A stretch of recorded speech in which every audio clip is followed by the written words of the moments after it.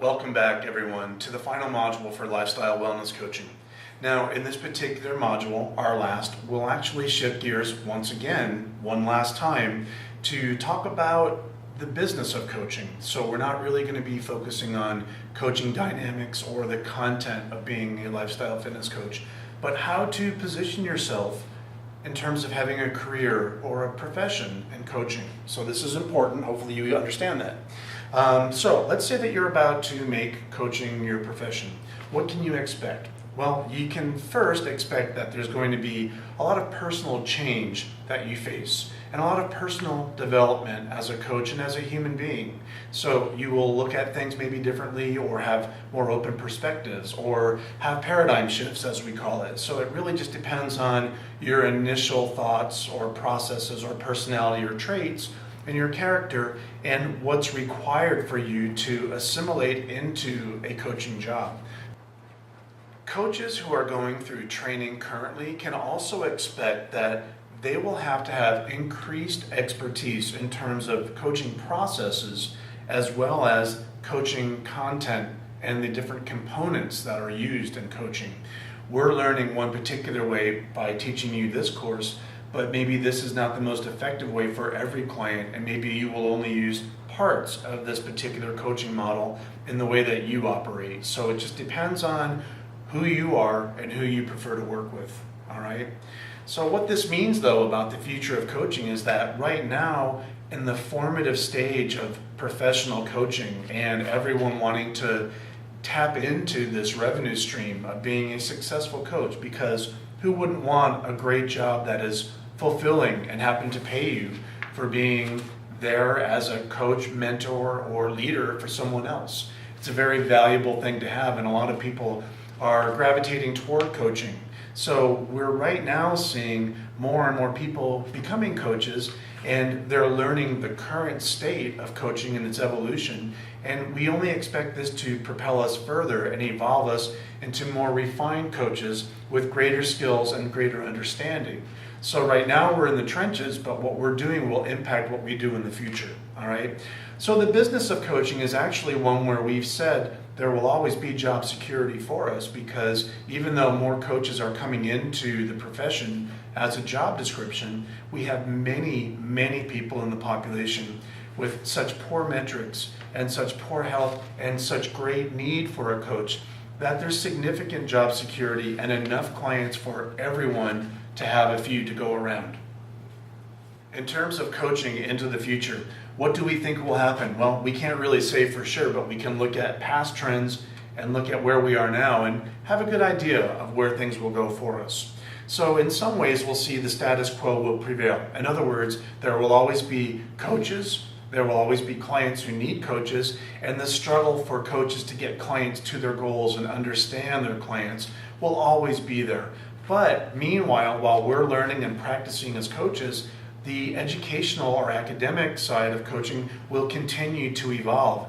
This has implications for lifelong learning as well. But it also means that what we're contributing to the coaching realm is also making us better coaches and having, once again, an impact on the coaching industry as a whole. We can also expect more people to be exposed to a coach. So right now we put the estimates at about less than 20% of the population overall having an interaction with a coach of some sort. Hope would be a great goal to be able to hit a higher percent of exposure. We also will see that coaches will become more highly specialized in terms of a field of expertise, or it could even be a strength that that coach feels that they have. Lifestyle fitness coaching may not be the best approach for all of your clients. You may again want to just draw from different elements of lifestyle coaching to be able to be an effective coach. So some of the things related to behavior change or dialogue with people, those don't change and can be actually applied in many different types of coaching styles. However, we generally see that specialization will be one key to becoming a successful coach. The industry will continue to set self-imposed limits on coaches. In other words, the ICF, which is our main prominent governing body, is constantly generating policies and procedures and position statements for coaches. and the coach competencies are derived from the ICF as well. So these are really important, and the ICF is expected to continue in that same path of making restrictions and limits on coaches in order to keep us in check or to regulate, manage, and administer coaches more proficiently. We also need to understand that many coaches are stuck playing the expert. And in this way, what they're doing is providing clients with information and disseminating what they know, which is great. However, there's problems with that. First of all, everyone is on a different level of what they know and what they're at a level of expertise with. However, it also means that when we share information with the client, we're assuming that the client already doesn't know it, and we're also not really working with the client on what they need, which is to make changes toward what they usually already know. So the expert approach, we know from what we've learned, is not working. People can generally research, read, and learn about topics related to their health and wellness very proficiently and do so at a very high percent. However, their ability to effectively change is a different matter and enter the coach. All right, so the reason why this is also important is when we get stuck playing expert and sharing information, sometimes we're letting something else be buried or become buried, in that what we're really needing our client to do is help them change sometimes important things like their beliefs or their values or lifelong habits. And these are things that are ingrained in their persona and their psyche and have nothing to do with us sharing how much information or knowledge we have. Unless, of course, it's something related to change. But overall, the expert approach isn't working for people, and coaches now who want to be successful will demonstrate their success by getting clients to positive outcome goals and positive change. When we talk about living as a coach, what do we mean? Well, think about anyone who you know currently who operates professionally or in business as a coach. What are they like? Are they typically someone who lives congruent to the message that they convey to their clients? Are they pretty much the type of person that can be spoken to and trusted? Do they listen well? There are some characteristics and traits of coaches that are sort of a common theme, and these are not a surprise for anyone who's in the 10th week of this course.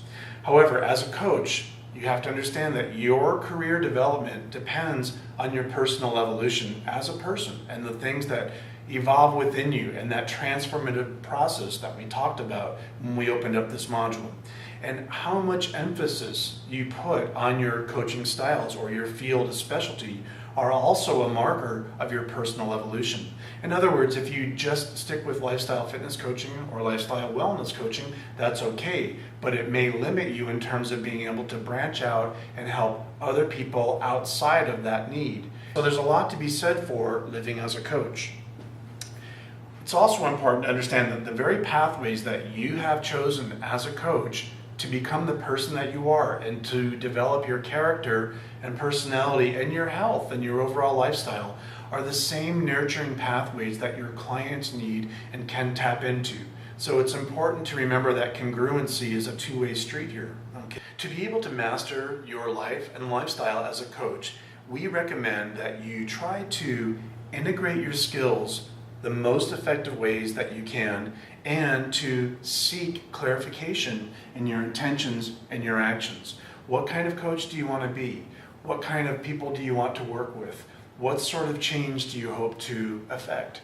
These are questions that you sometimes have to ask yourself before you step into a coaching profession.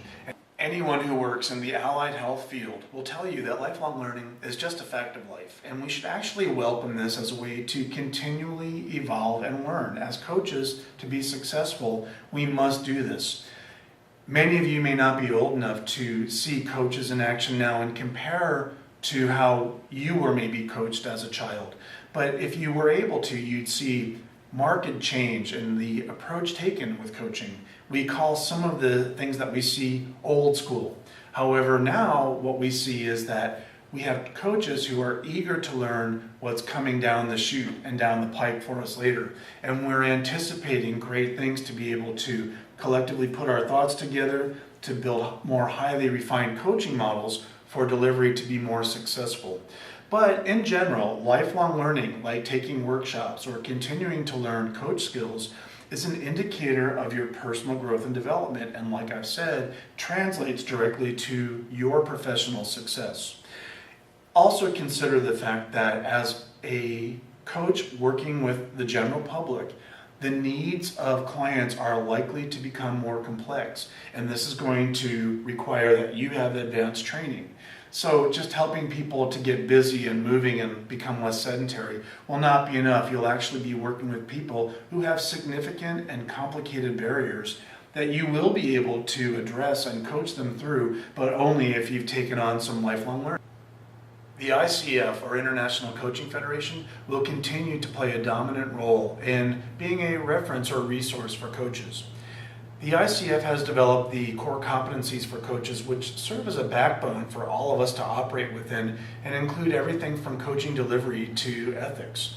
So in this way, the ICF is a lot like how the fitness industry views the ACSM for policy or position statements. We've also learned through research that human communication in the form of one-on-one conversations, face-to-face, are always more effective at helping people change and to make those changes to be longer or lifelong. So this is an important realization that has come out of research and will continue to be proven over time. Basically, what we're trying to say is there are no shortcuts. We must follow industry standards, and we must learn from our history and our research to be able to become better coaches. Any coaching development courses that you take in the future will involve curriculum that is really geared for two things: licensing, which may occur at the state or national level, and increased accountability. So this is something that you will see as a trend as you take more coaching courses in the future. There are three factors which will play a large determinant in your ability to be successful in your development. The first will be your personal development and the changes that you will be required to make to become an effective coach. Again, we've talked about paradigm shifts, perspective checks, or even learning to be more tolerant of others as part of that development that's required to be a good coach. Think about mentoring though. You as a coach will probably identify a mentor that you see and that you feel is someone that you can look up to and learn from. And that is a perfect example of how mentoring should be. But we also want you to think of how in time, with you becoming a senior coach or more experienced coach, how you can also serve as a mentor for someone else and seek out those mentoring relationships even if they're not so formally structured. Understand that someone that you are working with or close by you or in your proximity is looking to you as a mentor, and your behavior as a coach and your success and your professionalism as well as your development are all being evaluated and looked up to. Lastly, the CEU comment coming in once again here with continuing education and lifelong learning being a factor for coaches. Well, CEUs will always be a part of our requirements in terms of being professional. Sometimes this has a determining factor on our pay, but it definitely has an influence or impact on our ability and our development in terms of being good coaches. So being more educated naturally means that we will be able to help people more. We will speak from a more authoritative position. All right, in summary, let's just go ahead and say it's time to take a deep breath. You have finished your last module. All you have left is your final. Hopefully you've learned something in this course. I feel confident that you probably have. And hopefully it was a great learning experience for you overall.